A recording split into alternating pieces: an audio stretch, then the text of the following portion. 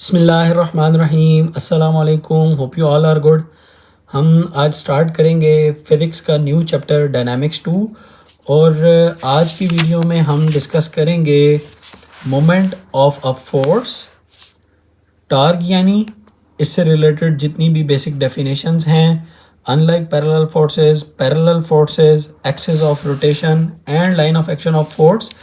और हम एक और भी टॉपिक डिस्कस करेंगे जिसको मोमेंट ऑफ कपल भी कहते हैं। ये मोमेंट ऑफ फोर्स और मोमेंट ऑफ कपल में थोड़ा सा डिफरेंस होता है, वो भी डिस्कस करेंगे। और लास्ट में हम डिस्कस करेंगे centre of mass and centre of gravity और इनसे रिलेटेड जितने भी इंपॉर्टेंट शॉर्ट क्वेश्चंस हैं वो भी, और इनके बेसिक डिफरेंसेस भी। एक छोटी सी बात कि अगर आप वीडियो को ध्यान से कम्प्लीटली देखेंगे तो आई कैन गारंटी यू कि इन टॉपिक से रिलेटेड जितने भी शॉर्ट क्वेश्चंस और एमसीक्यूज़ हैं इस वीडियो के एंड तक आपको समझ आ जाएंगे। चलिए स्टार्ट करते हैं हम डायनामिक्स 2। बेसिकली डायनामिक्स 2 के अंदर हमने स्टडी करना होता है फोर्स का रोटेशनल इफ़ेक्ट। डायनामिक्स 1 में हमने फोर्स ही पढ़ी थी और वो हमने फोर्स का लीनियर इफ़ेक्ट पढ़ा था। इस चैप्टर को ये यानी डायनामिक्स को ही इस बुक में ना दो पार्ट्स में स्प्लिट किया, डायनामिक्स 1 और 2 में हम जौन सा है वो अब फोर्स का रोटेशनल इफ़ेक्ट पढ़ेंगे।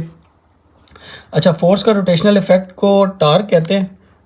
ये बेसिक सी डेफिनेशन है हमारी और अंडरस्टैंडिंग के लिए भी ये लाइन यूज़ होती है। तो उस टॉर्क पढ़ने से पहले हम कुछ बेसिक सी डेफिनेशंस हैं वो क्विकली देख लेते हैं ताकि हमें टॉर्क या मोमेंट ऑफ फोर्स बहुत ही आसान अल्फाज में इजीली समझ आ जाए। चलें सबसे पहले देखते हैं line of action of force क्या होगी। Line of action of force वो लाइन होती है जिसके अलॉन्ग आपकी फोर्स लग रही होती है। फॉर एग्ज़ाम्पल, अगर आपकी ये एक बॉडी हो और इसके ऊपर आप इस डायरेक्शन में इस तरह से फोर्स लगाएं तो ये वाली जो होगी ये आपकी line of action of force होगी। ठीक है, ये जो लाइन है, ठीक है, ये आपकी line of action of force होगी।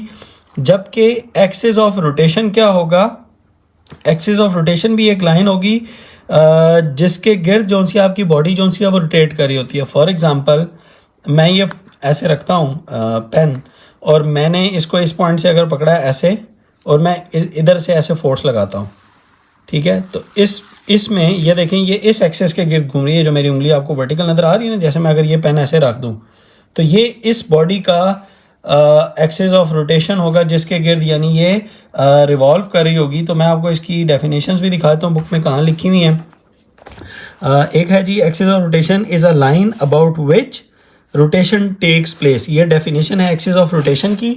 और जो दूसरी फर्स्ट वाली जो डेफिनेशन थी वो थी the line along which a force acts। ठीक है, इस called the line of action of force. और ये आप देख भी सकते हैं कि ये line of action of force होगी। अच्छा, नेक्स्ट है मेरे पास जी पैरेलल फोर्सेस। और पैरेलल फोर्सेस की दो टाइप्स हैं, लाइक पैरेलल फोर्स और unlike parallel force. Like parallel, पहले पैरेलल फोर्स देख लेते हैं फिर उनकी हम देख लेते हैं कि डेफिनेशंस क्या हैं। अच्छा, पैरेलल फोर्स वो फोर्सेस होती हैं जो कभी भी आपस में इंटरसेक्ट नहीं करेंगी, वो सिंपल पैरेलल फोर्स होती हैं, चाहे वो सेम डायरेक्शन में हो चाहे वो ऑपोजिट डायरेक्शन में हो। यानी जो दो लाइंस या line of action of force, यानी आपकी जो फोर्स जिस लाइन ऑफ एक्शन पे लग रही है अगर वो आपस में बिल्कुल पैरेलल हों और एक दूसरे को ऐसे इंटरसेक्ट ना करें, ठीक है, तो उसको आप कहते हैं कि ये हमारी पैरेलल फोर्स हैं। और अगर उनकी डायरेक्शन सेम हो तो ये हो जाएंगी जी लाइक पैरेलल फोर्स। और अगर उनकी डायरेक्शन ऑपोजिट हो, जैसे एक ऐसे जा रही है और एक ऐसे, अब ये कभी भी आपस में इंटरसेक्ट नहीं कर रही लेकिन इनकी जो डायरेक्शन है वो ऑपोजिट है, तो इसको हम कहेंगे कि इसका जो line of action of force है वो चूँकि ऑपोजिट है, इस डायरेक्शन में फोर्स लग रही है और ये नीचे की तरफ लग रही है, तो ये अनलाइक पैरेलल फोर्स की एग्जांपल है। डेफिनेशंस अगर आप देखना चाहते हैं मैंने मार्क की हुई हैं। If they are in the same direction they are called like parallel force, but if they are in the opposite direction they will be known as the unlike parallel force, जो कि मैंने आपको दिखा भी दी। For example, ये जो आपको ये लाइंस नज़र आ रही हैं इस पेपर के ऊपर, ये वाली जो लाइंस हैं इसकी अपनी, या ये जो लाइंस हैं ये पैरेलल फोर्स की एग्जांपल है, क्लासिकल एग्जांपल है, क्योंकि आप इसको कभी भी आगे इस तरफ चाहे एक्सटेंड करें चाहे इस तरफ एक्सटेंड करें, इन्होंने कभी भी आपस में इंटरसेक्ट नहीं करना। तो ये पैरेलल फोर्स की डेफिनेशन होती है और ये इसका कीवर्ड है। अच्छा, अब आ जाता है जी हमारा इस पूरे चैप्टर की जान, एक मेन टॉपिक जिसको आप टॉर्क कहते हैं या मोमेंट ऑफ फोर्स कहते हैं। या आप इसको रोटेशनल इफेक्ट ऑफ फोर्स कहते हैं। फॉर एग्जांपल मेरे पास ना, मैं पहले समझाता हूँ उसके बाद हम इसकी डेफिनेशंस और सिंपल उसकी थ्योरी के ऊपर कम्प्लीटली आ जाते हैं। ये मेरे पास फर्ज करें एक बॉडी पड़ी हुई है, इसके ऊपर अगर मैं ये फोर्स लगाता हूँ ना तो ये मेरा हो गया जी वर्क। अगर कांस्टेंट फोर्स लग रही है तो ये वर्क है।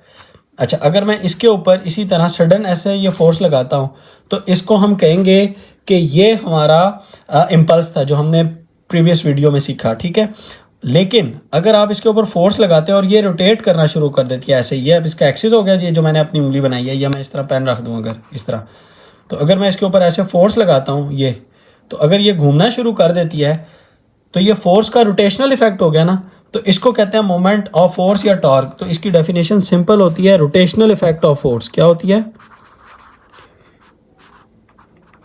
Rotational effect of force. Force का रोटेशनल इफेक्ट जो होता है वो मोमेंट ऑफ फोर्स या टॉर्क होता है। हम टॉर्क अब यूज़ करते हैं ज़्यादा, आगे जो भी मेन टॉपिक्स आएंगे उसके अंदर ये टॉर्क का वर्ड यूज़ करेगा, लेकिन अभी ये ना ये मोमेंट ऑफ फोर्स का वर्ड यूज़ कर रहा है।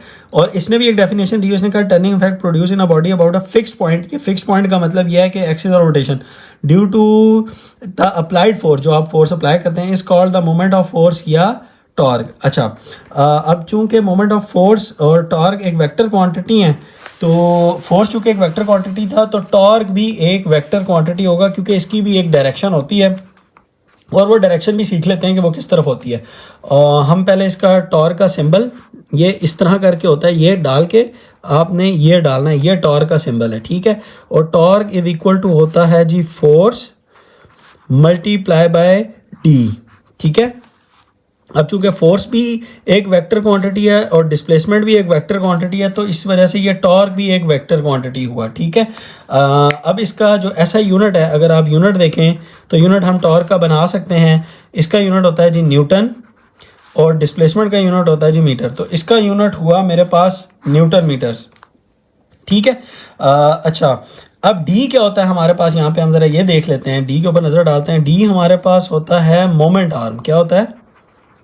Moment arm. अच्छा, कई बुक्स के अंदर इसको आर से भी रिप्रेजेंट कर सकते हैं हम। एक चूंकि एक डिस्प्लेसमेंट है, आप एल से रिप्रेजेंट कर लें, आर से कर लें, डी से कर लें।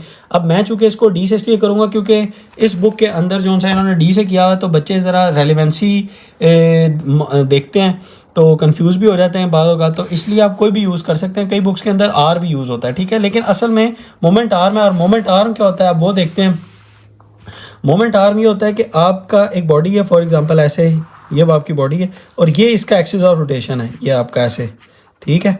अब जब आप इसको ऐसे करके घुमाएंगे, आपकी फोर्स अगर लग रही है इधर, यानी ये आपका line of action of force है, तो ये आपकी फोर्स है और ये आपका आ गया जी axis of rotation, axis of rotation. तो इन दोनों के दरमियान, यानी line of action of force और एक्सिस ऑफ रोटेशन के दरमियान ये जो परपेंडिकुलर डिस्टेंस होता है ना, ये देखें दोनों का परपेंडिकुलर है। यहाँ से भी 90, परपेंडिकुलर डिस्टेंस कहते हैं 90 डिग्री, यहाँ पे भी 90।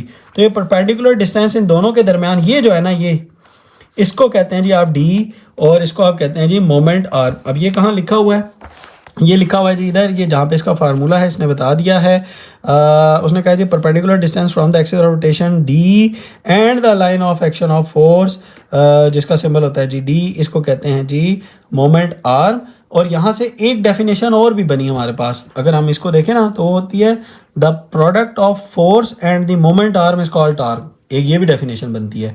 टॉर्क क्या होगा? The product of force and the moment arm, वो भी इसने यहाँ पे लिखी हुई है। ये इसको कहेंगे आप जी कि ये है सेकंड डेफिनेशन, आप ये भी एग्जाम में लिख सकते हैं।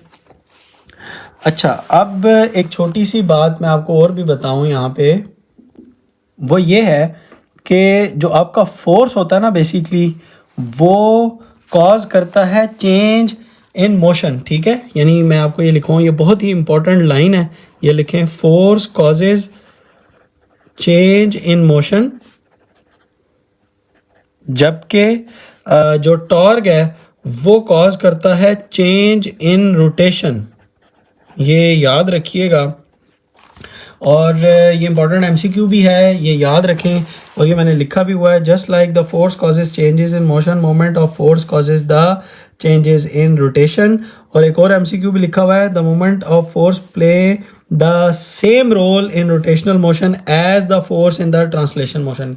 यानी ट्रांसलेशन का मतलब होता है लीनियर, यानी होल बॉडी इज मूविंग, जिसमें हम मूव कर रही होती है, और ट्रांसलेशन मतलब स्ट्रेट लाइन में जब मूव कर रही होती है। तो जो बॉडी स्ट्रेट लाइन में मूव करती है उसके ऊपर जो जो फोर्स के इफेक्ट है ना, वही इफेक्ट आप समझ लें, कोई बॉडी अगर रिवॉल्व कर रही है तो वही इफेक्ट टॉर्क के होंगे उस बॉडी के ऊपर।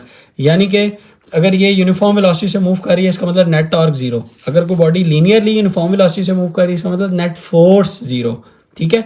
और अगर आप एक बॉडी पे फोर्स लगाते हैं, इसका मतलब इट एक्सेलरेटेड, ठीक है, इसको कहेंगे लीनियर एक्सेलरेशन। और अगर आप किसी बॉडी पे फोर्स लगाते हैं और वो तेज़ी से ज़्यादा घूमना शुरू हो जाता है, यानी एंगुलर वेलोसिटी आ जाती है, तो आप इसको कहेंगे एंगुलर एक्सेलरेशन। तो बिल्कुल सेम बात कि जो लीनियर मोशन के अंदर फोर्स काम कर रहा होता है, वही रोटेशनल मोशन के अंदर टॉर्क काम करेगा। बस आप इतना याद रखिएगा। हायर क्लासेस में जाएंगे तो आपको थोड़ा सा ज़्यादा बेहतर अंदाज में ये चीज़ें समझ आना शुरू हो जाएंगी। एनीवेज, अर्थ, ये दो इसने और भी एग्जांपल्स दी हुई हैं। अर्थ जो है वो अपने एक्सिस के गिर्द घूम रही है, तो ये उसने बताया हुआ है कि अर्थ का ये एक्सिस ऑफ रोटेशन है, यानी अपने ही एक्सिस के गिर्द जो कह रहे हैं ये घूम रही है। और axis of rotation of the blades of the helicopter, ये भी इसने दिखाए हुए हैं कि ये अगर ब्लेड्स इस तरह घूमते हैं तो ये इसका एक्सिस ऑफ रोटेशन बनेगा। अगर आप इसी पेन को ऐसे दरमियान से पकड़ के ऐसे घुमाएंगे ऐसे, ठीक है, ये तो इसका जो एक्सिस ऑफ रोटेशन होगा ना, अब वो ये यहाँ पे होगा, ये दरमियान में इधर। लेकिन अगर आप इसको इस तरह पकड़ के इधर से घुमाएंगे तो जिस पॉइंट के गिर्द वो घूमेगा वो उसका एक्सिस ऑफ रोटेशन होगा। ये बात आपने याद रखनी है। अच्छा, अब इससे रिलेटेड कुछ, ये हमारा टॉपिक वैसे ना कंप्लीट हो चुका है। अब इस टॉपिक से रिलेटेड हम कुछ इम्पॉर्टेंट शॉर्ट क्वेश्चंस देखते हैं जो कि एग्ज़ाम में आते हैं, यानी इसका फ़ायदा क्या है, हम ये टॉपिक क्यों पढ़ रहे हैं और एग्ज़ाम में ये किस तरह आते हैं। फॉर एग्ज़ाम्पल, आपने अगर एक नट को ओपन करना है तो आप एक रेंच की मदद लेते हैं और आप क्या करते हैं कि ये रेंच के अंदर ही इस नट को टाइटन यानी स्क्रू करते हैं, फंसा लेते हैं इस स्क्रू की मदद से। तो ये जब टाइट हो जाता है फिर आप फोर्स लगाते हैं। जब आप इसको फोर्स लगाएंगे तो बेसिकली इस नट को खोलने के लिए, और ये रोटेशनल इफेक्ट है ना फोर्स का, इस नट ने घूमना है यानी रोटेट करना है, तो आप कम फोर्स के साथ, बेसिकली जो रेंच है ये कम फोर्स के साथ आप इस नट को ओपन कर सकते हैं। वो कैसे? फॉर एग्जांपल मैं आपको ये मिसाल से समझाता हूँ कि ये एक नट था, समझ गए, और ये आपने इसको ऐसे करके इसके अंदर ऐसे टाइटन कर लिया और ये आपके पास आ गया रेंच, ठीक है। अब आपने इसको ओपन करना है। अगर आप फोर्स यहाँ ये समझ लें आपके पास है रेंच, और एक और मैं नट लेता हूँ, और इस नट के अंदर इस नट को ओपन करने के लिए मैं एक और इस तरह का समझ लें ले लेता हूँ, और इसकी मैं लेंथ ज़्यादा लंबी ले लेता हूँ, ठीक है। अब ये मैंने रेंच ड्रॉ कर लिया है। अब मुझे ये बताएं कि किसके अंदर कम फोर्स लगेगी to open up the same nut, जो एक ही जितना फर्ज करें टाइट हुआ हो तो किसके ऊपर कम फोर्स लगेगी। ऑब्वियसली अगर ये बॉडी ए और ये बॉडी बी है तो बी के ऊपर कम फोर्स लगेगी। वो मैं आपको अभी एग्जांपल से भी समझा दूँ। फॉर एग्जांपल जो है टॉर्क रिक्वायर्ड है to open that nut is for example 12, ठीक है। तो मैं टॉर्क ये 12 मुझे रिक्वायर्ड है, और मेरे पास टॉर्क का फार्मूला क्या होता है जी, फोर्स इनटू डिस्प्लेसमेंट, ठीक है। और ये 12 मुझे न्यूटन यानी समझ लें न्यूटन मीटर टॉर्क चाहिए इसको ओपन करने के लिए। तो मैं फोर्स को क्या करूं, मेरे पास फर्ज करें यहाँ से लेकर यहाँ तक जो डिस्टेंस है वो हो अगर 1 मीटर, ठीक है। तो 1 मीटर और मल्टीप्लाई बाय, मुझे अगर ये 1 मीटर है तो मुझे यहाँ पे इसका मतलब ये हुआ ना कि 12 न्यूटन फोर्स लगानी पड़ेगी ताकि ये मल्टीप्लाई हो। तो 12 मल्टीप्लाई बाय 1 इज़ 12, तो ये 12 न्यूटन मीटर टॉर्क प्रोड्यूस करेगा ना, तो इसको ओपन करने के लिए, ठीक है। अब मैंने एक बड़ा रेंच ले लिया जिसमें इसकी ये लेंथ लंबी हो गई। अब ये 1 मीटर के बजाय समझ लें ये 2 मीटर हो गई, ऑलमोस्ट इसकी डबल ही है, ठीक है। अब मैंने यहाँ पे फोर्स लगा रहा हूँ इसको ओपन करने के लिए, पहले इस पर इधर फोर्स लग रही थी, ठीक है। अब मुझे टॉर्क ऑब्वियसली 12 न्यूटन ही चाहिए, तो मैं अब क्या करूँगा, अब ये क्योंकि डिस्टेंस डबल हो चुका है तो मैं 6 न्यूटन ही फोर्स लगाऊंगा। ये फोर्स थी और ये मेरे पास है जी डिस्प्लेसमेंट, तो 6 2s आर देखें 12 न्यूटन मीटर मेरे पास टॉर्क मिल जाएगा। तो इसका मतलब मैंने कम फोर्स के साथ, ये देखें कम फोर्स के साथ सिर्फ डिस्टेंस बड़ा करके मैंने इस नट को ओपन कर लिया। दिस इज द एडवांटेज और practical application to apply the torque या मोमेंट ऑफ फोर्स। ठीक है, ये बात समझ आई आपको। इसी तरह आप देखते हैं, अच्छा ये इससे रिलेटेड एक न्यूमेरिकल भी है, ये भी आप देखेंगे ना तो आपको समझ आएगा बहुत अच्छे से। ये भी करते हैं अभी। इसी तरह जो हम दरवाज़ा ओपन करते हैं, और दरवाज़ा चूँकि पूरा घूमता नहीं है ना, तो ये जो उसके हिंजेस होते हैं ना, वो उसका एक्सिस और रोटेशन होता है, यानी दरवाज़ा सिर्फ इतना ही हम खोल और बंद कर सकते हैं। ठीक है, अब बेसिकली आप देखें कि ये जो डोर का हैंडल होता है, ये जो इसकी नॉब होती है, ये हमेशा बिल्कुल एंड पे ही क्यों अप्लाई की जाती है, ये क्यों लगाया जाता है। फॉर एग्जांपल अगर मैं ये डोर बनाता हूँ, यहाँ पे ये मेरे पास इस तरह डोर है, ठीक है, एक ये डोर है, सेम डोर है, मैं सिर्फ केस स्टडी कर रहा हूँ। ठीक है, ये इसका हिंजेस लगे हुए हैं इधर इस साइड पे, ठीक है, इधर इसके हिंजेस हैं, इधर इसके हिंजेस हैं। अब मैं डोर हैंडल को, मेरे लिए सबसे इजीली क्या है, जैसे हमने इस एग्जांपल में सीखा कि अगर हम अपना जो मोमेंट आर्म है यानी डी है, डिस्टेंस है, अगर हम इसको बड़ा करते जाएंगे, ये देखें जिस तरह हमने बड़ा किया था, तो मेरे पास फोर्स कम होती जाएगी। ठीक है, तो होगा क्या कि अगर मैं अपना हिंजेस से लेकर यहाँ पे हमने फोर्स लगानी होती है ना दरवाजे को खोलने के लिए, अगर मैं यहाँ पे लगाता हूँ तो मेरी सबसे कम फोर्स लगेगी, जैसे अभी हमने सीखा, क्योंकि यहाँ से लेकर यहाँ तक होगा मेरा जी मोमेंट आर्म डी। और अगर यही मेरा दरवाज़ा, यही line of action of force, और मैं इसमें यहाँ पे नॉब हैंडल लगा दूँ इसको ओपन करने वाला, तो इसका मतलब मुझे फोर्स यहाँ लगानी पड़ेगी। तो अब चूँकि मेरा ये मोमेंट आर्म डी कम हो चुका है, तो मुझे फोर्स ज़्यादा लगानी पड़ेगी। इसी तरह अगर मैं इसको और करीब कर दूं, यानी यहाँ पे लगा दूं डोर नॉब, ठीक है, और यहाँ पे फोर्स लगाऊं, तो आप देखेंगे कि डी और कम हो गया, तो मुझे और ज़्यादा फोर्स लगानी पड़ेगी टू रीच द या टू ओपन द डोर। ठीक है, फॉर एग्जांपल यही इसने ना इस एग्जांपल के अंदर ये चीज़ पोर्ट्रे भी की हुई है। देखें कि ये इसकी हिंजेस थे, ये इन्होंने ना यहाँ पे डोर हैंडल हम हमेशा बिल्कुल एंड पे लगाते हैं। क्यों एंड पे लगाते हैं? ताकि हमारी फोर्स कम से कम लगे। ये अभी हमने इस एग्जांपल से करके भी देखा है, क्योंकि जितना मोमेंट आर्म डी लंबा होता है, बड़ा होता है, उतनी फोर्स कम रिक्वायर्ड होती है, उतना to match up the same torque. ये याद रखें, to match up the same torque. यहाँ पे भी टॉर्क 12 चाहिए था, यहाँ पे भी टॉर्क 12 ही चाहिए था। ठीक है, अच्छा अब इसमें इन्होंने क्या किया है, इन्होंने केस स्टडी ली है, न्यूमेरिकल अच्छा है कॉन्सेप्ट के लिहाज से, मैं इसलिए ये इसको समझा रहा हूँ अभी समझाने के लिए। उन्होंने इसके अंदर ना फोर्स फिक्स कर दी है, यानी फोर्स इज 60 न्यूटन। ठीक है, मैंने जो अपनी एग्जांपल्स ली थी उसमें टॉर्क फिक्स किया था, ताकि समझ आए कि मोमेंट आर्म डी बड़ा करने से फोर्स कम चाहिए होगी, जैसे मैंने इस एग्जांपल में समझाया। इन्होंने क्या किया है, इन्होंने किया जी फोर्स फिक्स कर दी है तीनों केसेस के अंदर। उन्होंने कहा है कि मोमेंट आर्म अगर एक केस के अंदर डी ए हो 0.40 मीटर, यानी यहाँ से लेकर यहाँ तक, मोमेंट आर्म डी बी हो 0.20, यानी इसका आधा कर दिया, यहाँ से यहाँ तक हो गया।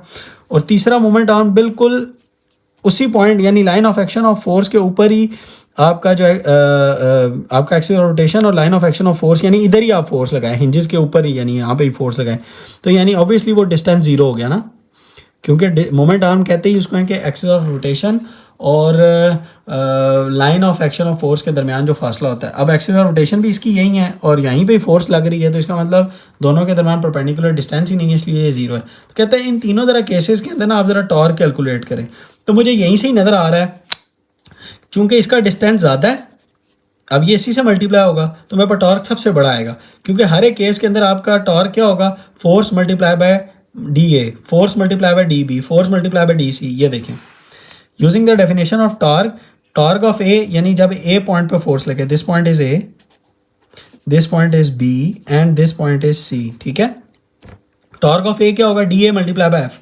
आप डी ए पहले भी मल्टीप्लाई करते हैं, इससे कोई फर्क नहीं पड़ता इस लेवल के ऊपर। तो 0.40 मीटर मल्टीप्लाई बाय 60, तो 24 न्यूटन मीटर, यानी टॉर्क देखें 24 न्यूटन मीटर इसका आंसर आएगा। और जब आप टॉर्क बी यानी डी बी आप 0.20 मीटर लेंगे, जो इन्होंने यहाँ पे गिवन दिया था, तो आप देखें टॉर्क आधा हो गया। जैसे ही आपने 0.40 से 0.20 डिस्टेंस आधा किया, देखें टॉर्क भी हाफ हो गया, पहले 24 था, अब 12 न्यूटन मीटर है। थर्ड केस के अंदर डिस्टेंस चूंकि जीरो है, मोमेंट आर्म जीरो है, तो टॉर्क होगा ही नहीं, यानी नो रोटेशनल इफेक्ट, यानी आप जितनी मर्जी फोर्स लगाते हैं दरवाजा ने खुलना ही नहीं है। टॉर्क जीरो का मतलब है no rotational effect of force. हालांकि आप अभी भी 60 न्यूटन फोर्स अप्लाई कर रहे थे, आप ये दरवाजे को के ऊपर करके देख लें, आप 60 न्यूटन फोर्स अप्लाई करें but this force is wasted down और दरवाज़ा नहीं ओपन हो रहा। क्यों? क्योंकि आपकी जो फोर्स है वो उस फोर्स का line of action of force जो है वो एक्सिस ऑफ रोटेशन में से गुजर रहा है। तो जब भी line of action of rotation में से आपकी फोर्स गुजरेगी तो आपका टॉर्क जीरो होगा। वही हमने फार्मूला से भी देख लिया और ये जो मैं बोल रहा हूँ ये बेसिकली यही कॉन्सेप्ट है। यहाँ पे भी इन्होंने यही बताया हुआ है कि शॉर्ट क्वेश्चन भी यहाँ पे बनता है कि अगर आपका एक्सिस ऑफ रोटेशन में से line of action of force गुजरे तो आपका टॉर्क क्या होगा? तो टॉर्क आपका ज़ीरो होगा। यही बात लिखी हुई है कि पार्ट सी में line of action of force passes through the axis of rotation the hinge यानी hence the moment arm is zero and the torque is zero. तो एक ये शॉर्ट क्वेश्चन था, ये भी मैंने आपको बता दिया और इस टॉपिक के साथ मैंने इसको रिलेट कर दिया। अच्छा, कुछ कन्वेंशंस भी हैं। कन्वेंशन का मतलब होता है कि रिवायत, यानी कि शुरू से फ़िज़िक्स में एक रिवायत चली आ रही है और वो रिवायत यहाँ पे ये है कि अगर आपकी जो फोर्स है, फॉर एग्ज़ाम्पल मैं लगाता हूँ, दो केसेस में दिखा देता हूँ। ये है मेरे पास सेम इधर और ये भी मेरे पास एक्सिस ऑफ रोटेशन है और बॉडी मेरे पास ऐसे है। अगर मैं इस बॉडी के ऊपर ऐसे फोर्स लगाता हूँ ऊपर की तरफ, ठीक है, ये मेरी फोर्स है और इस बॉडी पे यही एक्सिस ऑफ रोटेशन थी और फोर्स मैं इधर नीचे की तरफ लगा रहा हूँ ऐसे, ठीक है। और अगर इस बॉडी के ऊपर मैं इस तरह फोर्स लगाता हूँ और तो ये क्या करेगा? ये इस बॉडी को ऐसे घुमाएगा ना, ये देखें ऐसे, यानी कि एंटी क्लॉकवाइज घुमाएगा। तो जो एंटी क्लॉकवाइज टॉर्क प्रोड्यूस होगा उसको आपने लेना है जी पॉजिटिव, यानी जो टॉर्क होगा वो आपका होगा जी पॉजिटिव, ठीक है, क्योंकि आपकी फोर्स उस बॉडी को एंटी क्लॉकवाइज घुमा रही है। तो आप ये समझ लें कि जो एंटी क्लॉकवाइज होगा वो पॉजिटिव लेना है। ये कन्वेंशन है, ठीक है। और दूसरी कन्वेंशन यानी इसी के साथ कन्वेंशन, जो इस बॉडी को, अब मैं ये रखा हुआ मेरा एक्स्ट्रा रोटेशन है, मैं इधर से फोर्स लगाता हूँ ऐसे, तो ये इस बॉडी को अगर क्लॉकवाइज घुमाएगी यानी ऐसे घुमाएगी तो ये आपका जो टॉर्क होगा क्लॉकवाइज टॉर्क वो आपने लेना है जी नेगेटिव, ठीक है। ये बात आप याद रख लें, ये कन्वेंशन है, ठीक है। कन्वेंशन नेगेटिव साइन का मतलब कि वो टॉर्क उस बॉडी को, जो फोर्स है वो उस बॉडी को क्लॉकवाइज घुमा रही है, ठीक है। सिर्फ कन्वेंशन है। नेगेटिव टॉर्क का मतलब ये नहीं होगा वैल्यू ही नेगेटिव हो गई। इट्स जस्ट अ रिप्रेजेंटेशन कि आपके पास जो टॉर्क है या जो फोर्स अप्लाई हो रही थी वो उस बॉडी को क्लॉकवाइज घुमा रही है। कन्वेंशनली क्लॉकवाइज मोमेंट या torque is taken as negative where as anti clockwise moment is taken as positive. और यही इसने बात की है, there are two senses of rotation, दो ही सेंसेस ऑफ रोटेशन हो सकती हैं, क्लॉकवाइज और क्लॉकवाइज यानी, और इस तरह से एंटी क्लॉकवाइज, ठीक है। और उन दोनों की कन्वेंशन मैंने आपको बता दी कि किसको पॉजिटिव लेना है और किसको नेगेटिव लेना है। अच्छा, एक लास्ट बात, हाँ, इस टॉपिक को ख़त्म करने से पहले और सेंटर ऑफ मास और सेंटर ऑफ ग्रेविटी पे जाने से पहले एक टर्म और भी है जिसको आप कहते हैं मोमेंट ऑफ अ कपल, ठीक है। वो भी देख लीजिए फॉर योर इंटरेस्ट। छोटा सा मैं इसको ना 1 मिनट के अंदर एक्सप्लेन कर देता हूँ, बाद वक़्त एग्ज़ाम में आ जाता है, ठीक है। वो क्या है जी? Moment of couple. Moment of force देख लिया, मोमेंट ऑफ कपल क्या होगा? मोमेंट ऑफ कपल तब आता है मेरे पास, यानी जब आपके पास ना एक, फॉर एग्जांपल ये बॉडी है ना, आप इसी बॉडी के ऊपर अनलाइक पैरेलल फोर्सेस अप्लाई करें, ठीक है, एक इधर और एक इस बॉडी को फोर्स लगाए इधर, ठीक है, यानी एक ये फोर्स हो जाए और ये फोर्स हो।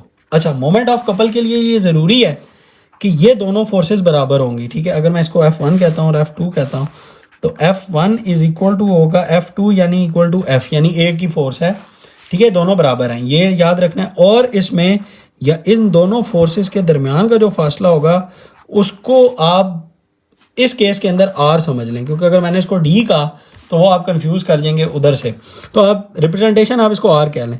तो यानी जो आपका मोमेंट ऑफ कपल होगा, मोमेंट ऑफ कपल होगा, उसका फार्मूला होगा मेरे पास F, या उसकी मैथमेटिकल फॉर्म होगी F मल्टीप्लाई बाय R, यानी R is basically the couple arm, ठीक है। R क्या होगा जी? Couple arm. वहाँ पे D था जस्ट रिप्रेजेंटेशन के लिए D का, लेकिन वो मोमेंट आर्म था, और मोमेंट आर्म वो फासला होता है जो एक्सिस ऑफ रोटेशन और line of action of force के दरमियान परपेंडिकुलर डिस्टेंस होता है। जबकि कपल आर्म क्या होगा? दो फोर्सेस के दरमियान जो अनलाइक हैं, जो यानी अपोजिट डायरेक्शन में मूव कर रही हैं, उनके दरमियान जो परपेंडिकुलर डिस्टेंस होगा, इसको आप कहते हैं जी कपल आर्म। ये एक छोटी सी बात थी, ये भी याद रखिए, इसका यूनिट भी बिल्कुल न्यूटन मीटर ही होता है, ये भी एक वेक्टर क्वांटिटी ही है। बस ये था एक छोटा सा बात। और ये कहाँ यूज़ होता है लाइफ में, इसका यूज़ है आपका स्टीयरिंग व्हील। आप स्टीयरिंग व्हील पकड़ते हैं ना ऐसे, तो जब आपने गाड़ी को राइट टर्न करना होता है तो आप इस स्टीयरिंग व्हील के इस साइड को पकड़ के इस तरह घुमाते हैं, और ये जो साइड आपने स्टीयरिंग व्हील की पकड़ी थी वो ऐसे घुमाते हैं, यानी आप उसको ऐसे घुमाते हैं। तो बेसिकली आप वो अप्लाई कर रहे होते हैं कपल। इसी तरह आपने अगर लेफ्ट टर्न लेना है तो आप उसको ऐसे घुमाएंगे, और अगर आप बाइक चला रहे हैं तो आप उसको इस तरफ घुमाते हैं। तो ये दोनों साइड पे देखें, ये वाला हाथ मेरा नीचे की तरफ लग रहा है और ये वाला हाथ मेरा ऊपर की तरफ लग रहा है। तो बेसिकली जब आपने राइट टर्न लेना होता है बाइक के साथ भी पकड़ के, तो आप उसको ऐसे घुमाते हैं ये। तो ये कपल ही है, ठीक है, ये मोमेंट ऑफ कपल है, ठीक है। ये थी एक छोटी सी बात। अब आ जाते हैं हमारा बहुत ही इम्पोर्टेंट और मेन टॉपिक, और वो है हमारे पास centre of mass and the centre of gravity. इन लोगों ने उसको एक ही कहा हुआ है। मैं आपको इसका बहुत ही इंपॉर्टेंट शॉर्ट क्वेश्चन का आंसर भी बताऊंगा। ये पूछता है, ये लिखा हुआ है, और इनके सारे डिफरेंसेस और बेसिक सी डेफिनेशन भी बताता हूँ। तो चलिए हम लिखते हैं हमारे पास सेंटर ऑफ मास, हाँ, और मेरे पास है जी सेंटर ऑफ ग्रेविटी।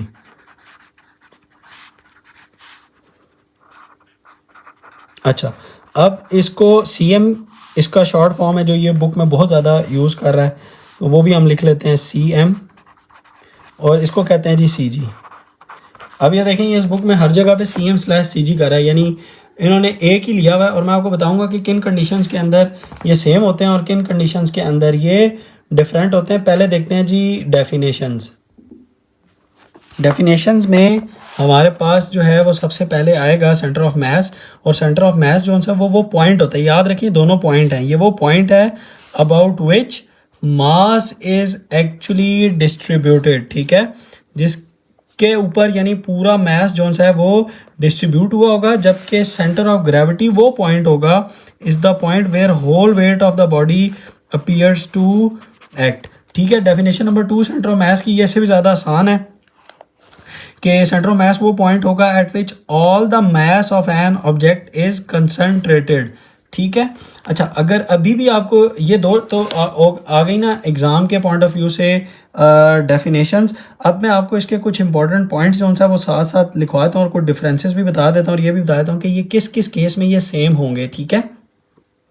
अच्छा चलिए, सेंटर ऑफ मास का जो सबसे पहला पॉइंट होगा वो आप देख लें कि सेंटर ऑफ मास होता है मास का बैलेंस पॉइंट, ठीक है, ठीक है, यानी कि बैलेंस पॉइंट ऑफ मास। आप लिख लें mass, balance point of mass, balance point of mass, और ये होगा जी ग्रेविटी का यानी वेट का बैलेंस पॉइंट, ठीक है। ये होगा वेट का बैलेंस पॉइंट यानी बैलेंस पॉइंट ऑफ वेट,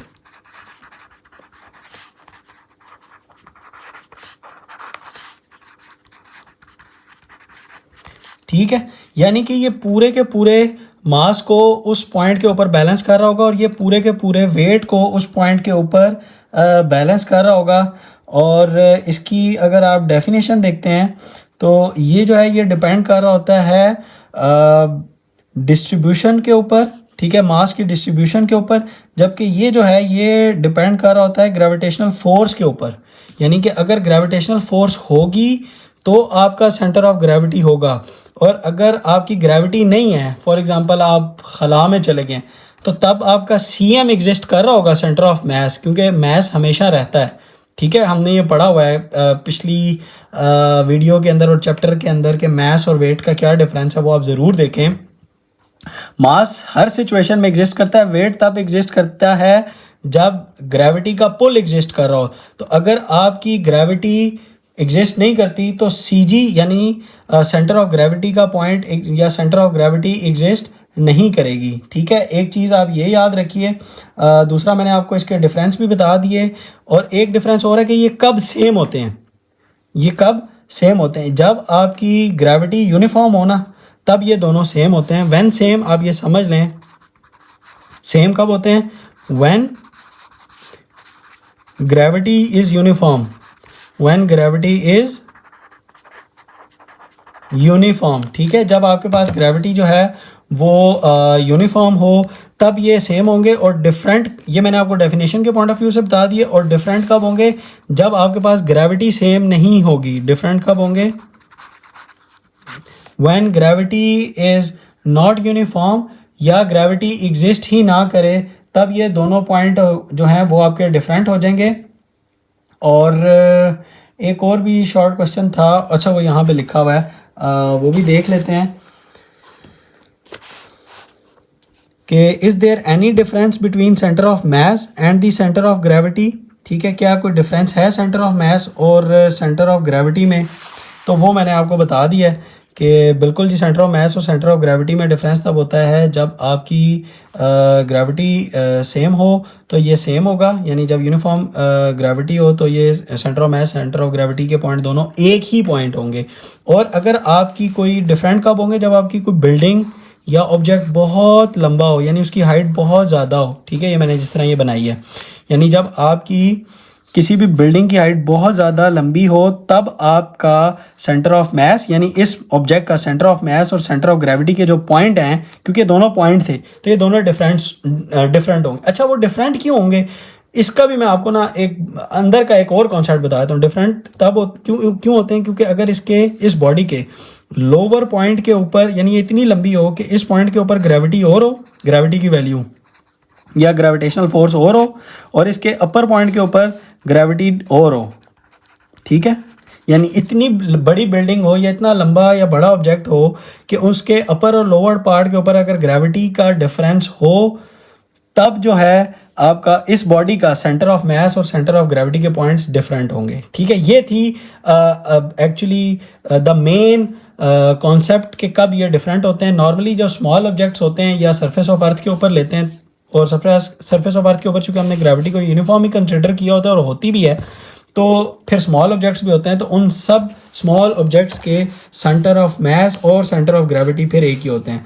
तो जो इस बुक के स्कोप से बाहर चीज़ें थी वो भी मैंने हल्की सी टच की ताकि बच्चों का कॉन्सेप्ट बने। अच्छा, एक एमसीक्यू और भी है यहाँ पे, ये देख लें कि अगर आपका कहता है कि line of action of force जो है वो सेंटर ऑफ मास के पॉइंट में से गुजर जाए, यानी अगर किसी बॉडी का, फॉर एग्जांपल ये बॉडी है, मैं एक बॉडी लेता हूँ, ठीक है, ये आपकी बॉडी है, और इसका इस तरह हमने ये वाला जो पॉइंट है ये सेंटर ऑफ मास है, और इस सेंटर ऑफ मास में से आपका line of action of force ऐसे गुजरे, तो फिर रोटेशनल इफेक्ट नहीं होगा। यानी यही इसका पॉइंट था, लाइन CG या CM, सेंटर ऑफ मास या सेंटर ऑफ ग्रेविटी, और इसी में अगर आपकी फोर्स ऐसे लगे तो फिर रोटेशनल इफेक्ट नहीं होता, ऑब्वियसली फिर नहीं होता। ठीक है, ये याद रखिएगा, और यही MCQ भी है, ये शॉर्ट क्वेश्चन भी आ सकता है। Centre of mass will not produce any rotation in it, यानी ये रिवॉल्व नहीं करेगा। जिस तरह फॉर एग्जांपल इसी बात को इन्होंने ना यहाँ पे एक्सप्लेन भी किया है कि इस जो एक हैमर था, इसका जो सेंटर ऑफ मास का जो पॉइंट था वो ये वाला था। ठीक है, अब इन्होंने इसको ना ऐसे फेंका है। अब आप देखें कि जो इन्होंने फेंका, उसका लाइन ऑफ एक्शन जो था वो ये था, ये याद रखें, लाइन ऑफ एक्शन ये था। अब सेंटर ऑफ मास उस लाइन ऑफ एक्शन में से गुजर, अब ये रोटेट नहीं कर रही। ये जो इसका दस्ता था ना, इसका जो हैंडल था, बेसिकली वो रोटेट कर रहा है, वो देखें वो अपने पॉइंट के ऊपर ही है, ये याद रखें बिल्कुल। लेकिन चूंकि इसका एक हैंडल था, लॉन्ग हैंडल था, तो वो रिवॉल्व कर रहा है इस तरह। और आप ये देखें कि उन बॉडीज़ का जिसमें एक तरफ सेंटर ऑफ मास होता है, उसको अगर आप ऐसे करके फेंकते हैं ना, तो वो बाकी जो पूरी बॉडी है वो उस पॉइंट के गिर्द ऐसे घूमती हुई जा रही होती है। अब ये चूंकि इस बॉडी की वजह से हल्की सी रोटेट कर रही है, लेकिन ये पॉइंट अपनी उस line of action of force के ऊपर ही है, ये याद आपने रखना है। एक और पॉइंट भी है कि सेंटर ऑफ जो ग्रेविटी जो होती है वो पॉइंट भी होता है कि अगर आप उस बॉडी को उस पॉइंट से पकड़ लें, that means it can stand still without rotation. ये भी ये बात है कि अगर आप उस बॉडी को, फॉर एग्जांपल आपने देखा होगा ना, वो फुटबॉलर्स फुटबॉल को ऐसे उंगली के ऊपर घुमा रहे होते हैं, या बच्चे कई बच्चे जो हैं वो बुक्स को ऐसे उंगली के ऊपर घुमाते हैं। तो बेसिकली किस तरह घुमा लेते हैं अपनी उंगली के ऊपर, क्योंकि इस बॉडी को, इस अगर बुक को मैं यहाँ से लेकर यहाँ तक और इधर ड्रॉ करूँ, तो इसका सेंटर ऑफ ग्रेविटी या सेंटर ऑफ मास का पॉइंट ये दरमियान वाला निकलेगा। और अगर मैं इसको इस पॉइंट के ऊपर, ये देखें, अगर ऐसे होल्ड कर लूँ, तो ये देखें मैंने इसको होल्ड कर लिया हुआ है। ठीक है, और मैं अगर इसको इस तरह घुमा भी लूँ, तो ये देखें, ये मैं इसको उस पॉइंट से करके होल्ड करके मैं इसको घुमा भी लिया था मैंने। ठीक है, तो ये सारे पॉइंट हैं इन टॉपिक से रिलेटेड जो कि कॉन्सेप्ट वाले होते हैं और समझने के लिए होते हैं। एनीवेज पॉइंट्स कई बॉडीज़ का आप किस तरह निकाल सकते हैं इस टॉपिक के अंदर के बॉडीज़ का आप सेंटर ऑफ मास और सेंटर ऑफ ग्रेविटी कैसे निकाल सकते हैं। सिंपल, अगर स्क्वायर हो तो ऐसे मल्टीप्लाई करें उसके डायगोनल्स को आपस में, जहाँ पे इंटरसेक्टिंग पॉइंट होगा आपका वो उसका सेंटर ऑफ मास और सेंटर ऑफ ग्रेविटी का पॉइंट होगा। ठीक है, ये याद रखना है। दूसरा, अगर आपका बॉक्स हो तो ये देखें, ये इसने मुख्तलिफ डायगोनल्स के से आपस में एक दूसरे को इंटरसेक्ट किया हुआ है क्रॉस, जो जिस पॉइंट कॉमन इंटरसेक्शन जो पॉइंट था वो CMCG था। इसी तरह सफ़ियर का भी निकाला, इंटरसेक्टिंग पॉइंट CMCG था। इसी तरह इन्होंने पहले, ये एक सिलेंडर था, सिलेंडर यानी ये जो शेप होती है ना पेन की, ये सिलेंडर होता है, ये यानी इस तरह ये सिलेंडर होता है। अब इसको क्या किया इन्होंने, पहले इन्होंने ये ऊपर से ऐसे क्रॉस मल्टीप्लाई किया तो ये दरमियान वाला ये वाला पॉइंट निकला, ये जो पॉइंट है। फिर उसके बाद इन्होंने इसको ऐसे और ऐसे यानी ये वाला, तो अब ये जो इसका इस लाइन को फिर इसमें से भी गुजारा तो ये जो पॉइंट था ये इसका सेंटर ऑफ मास या सेंटर ऑफ ग्रेविटी का पॉइंट था। कोन का भी इन्होंने इसी तरह ही निकाल लिया। अच्छा, ये तो थी ज्योमेट्रिकल या सिमेट्रिकल ऑब्जेक्ट्स ना, ये याद रखें। जो अनसिमेट्रिकल ऑब्जेक्ट्स होती हैं आपके पास, ये लास्ट बात है, ये और ये समझते हैं, बस ये लास्ट पॉइंट है हमारे पास। जो अनसिमेट्रिकल बॉडीज़ होती हैं यानी जिनकी रेगुलर शेप नहीं होती, उसका फिर हम सेंटर ऑफ ग्रेविटी कैसे निकालते हैं। हम क्या करते हैं कि हम उस बॉडी के अंदर ना डिफरेंट जगहों एजेस के ऊपर ना ऐसे होल करते हैं और उन होल से पकड़ के उसको फ्रीली ऐसे लटका देते हैं। जब इसको हम लटकाते हैं ना, तो जब ये आया है तो इसके पीछे ऐसे एक लाइन लगा लेंगे। ठीक है, अब ये 3 पॉइंट्स हमने बनाए हुए थे। अब ये फ़र्ज़ करें ये A पॉइंट था। अब ये जब लटकाया इसके पीछे हमने ऐसे करके ये लाइन लगा ली, तो मेरे पास ये अब फ़र्ज़ करें ये है पॉइंट B और ये है पॉइंट C। ठीक है, मैंने इसके ऊपर बनाया, इससे लगाया, ये लाइन आ गई। अब ये मेरे पास पॉइंट A था जो यहाँ पे था। अब ये देखें, वो जो पीछे लाइन लगाई थी ना वो ये है। अब ये आ चुका है पॉइंट B, ये वाला पॉइंट B से। अब इसको मैंने यहाँ पे हैंग किया फ्रीली, तो इसके पीछे जो लाइन आई वो ये आ गई। अब ये मेरे पास था आपका पॉइंट A और ये था पॉइंट B। ठीक है, अब C से इसको हैंग किया तो इसका ये पीछे आ गया और ये मेरे पास जो कॉमन इंटरसेक्शन पॉइंट था ये था CMCG, ये लिखा भी हुआ है। ठीक है, ये तरीका होता है इरेगुलरली शेप्ड सॉलिड ऑब्जेक्ट्स का सेंटर ऑफ ग्रेविटी का पॉइंट निकालने का। ये आप याद रखिए, ये भी इन्होंने लिखा हुआ है। अच्छा, एक चीज़ और कि सेंटर ऑफ ग्रेविटी के जो पॉइंट है ना, वो जो बॉडी मूविंग होती है ना, वो सेंटर ऑफ ग्रेविटी के पॉइंट उनके चेंज भी करते हैं। फॉर एग्जांपल उन्होंने कहा कि द CMCG ऑलवेज, ये याद रखें, ये इंपॉर्टेंट शॉर्ट क्वेश्चन है, does not lie inside the mass. यानी पहले तो यह है कि वो चेंज भी होगा ना, पहले कहता है कि ज़रूरी नहीं है कि वो मास के बॉडी के अंदर ही लाए करें and may change its location. वो कहता है वो लोकेशन भी चेंज कर सकता है depending upon the orientation of the object. For example, ये उन्होंने अब उसकी ना एग्जांपल भी दी हुई है। अब अगर आपको वो क्वेश्चन दे देता है कि एग्जांपल दें कि जिसके अंदर सेंटर ऑफ मास और सेंटर ऑफ ग्रेविटी के जो पॉइंट है वो चेंज भी करते हैं और ज़रूरी नहीं कि इनसाइड करें, बाहर भी निकल सकते हैं, तो आगे कह दे कि डिस्कस करें, तो आपने उसको एग्जांपल से फिर डिस्कस करना होगा और आपने कहना होगा कि यस ज़रूरी नहीं है। फिर एग्जांपल देनी होगी, when the arm is stretched out, ये जिस तरह आर्म स्ट्रेच्ड आउट है तो इसका जो सेंटर ऑफ मास और सेंटर ऑफ ग्रेविटी का पॉइंट है वो ये है बॉडी के अंदर, जो हमारी एल्बो जॉइंट होता है ना उसके अंदर होता है। ठीक है, but when the arm is bent, जब आर्म को ऐसे की तरफ आप बेंट कर लेते हैं तब जो है जो CM या CG का जो पॉइंट है वो शिफ्ट कर जाता है to the new location. New location के ऊपर आउटसाइड द मास, ये देखें आउटसाइड द मास आ गया। अब ये मास तो ये था उसका बॉडी का ये पूरा, तो उससे बाहर आ गया। अब ये CMCG का पॉइंट है जो कि उस बॉडी से भी बाहर निकल गया और वो लोकेशन भी उसने अपनी चेंज कर ली। तो इसमें 2 पॉइंट थे कि लोकेशन फिक्स नहीं होती, अगर उसकी ओरिएंटेशन डिफरेंट करेंगे ना आप ऑब्जेक्ट की, तो उसका CMCG का पॉइंट भी लोकेशन चेंज करेगा और वो ये भी हो सकता है कि वो आउटसाइड द बॉडी भी चला जाए। ये 2 पॉइंट थे, ये दोनों आपने याद रखने हैं। अच्छा, और इसमें ऐसा कुछ भी नहीं है। ये हमारा टॉपिक अल्हम्दुलिल्लाह कंप्लीट हो चुका है। तो मिलते हैं नेक्स्ट वीडियो के साथ। इक्विलिब्रियम पढ़ेंगे जो कि इंतहाई एक इम्पॉर्टेंट टॉपिक है, कंडीशंस भी हैं, उसकी स्टेट्स भी हैं, सारी चीज़ें कवर करते हैं नेक्स्ट वीडियो के अंदर। वीडियो को आपको लाइक कर दें और चैनल को भी सब्सक्राइब कर दें मज़ीद कॉन्सेप्ट के लिए, और अपने दोस्तों के साथ भी शेयर कर दें। मिलते हैं नेक्स्ट वीडियो के साथ। अल्लाह हाफिज़।